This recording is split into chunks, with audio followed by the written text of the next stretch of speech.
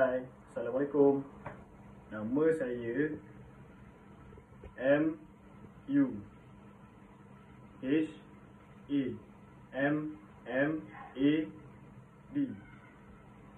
Sempang A.Z.R.U.L. Sempang I.K.R.A.M.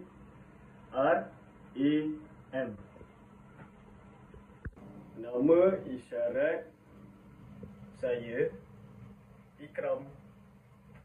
Umur saya 23 tahun.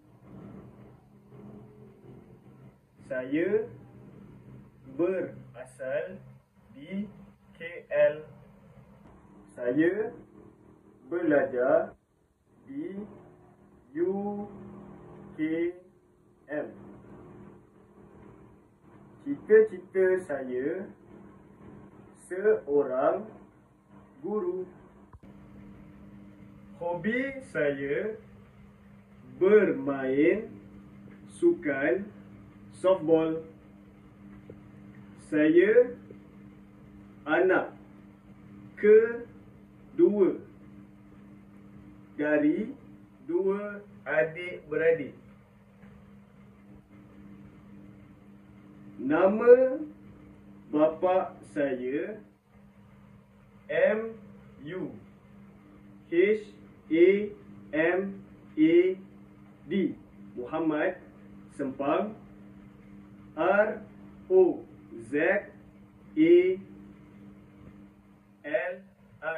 Rozali. Sempang B.I.N.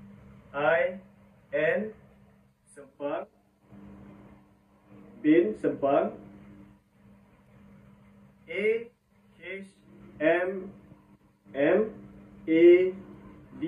Ahmad. Sempang B.E.S.R.I.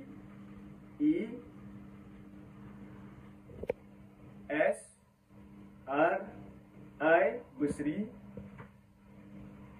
Nama mak saya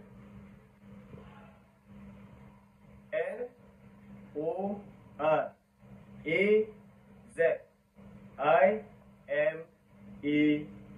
Nur Azimah. Sempang B.I.N.T.I. binti. Sempang A.H.M.A.D.